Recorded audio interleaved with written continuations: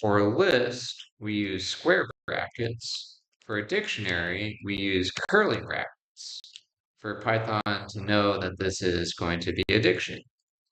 So we'll mention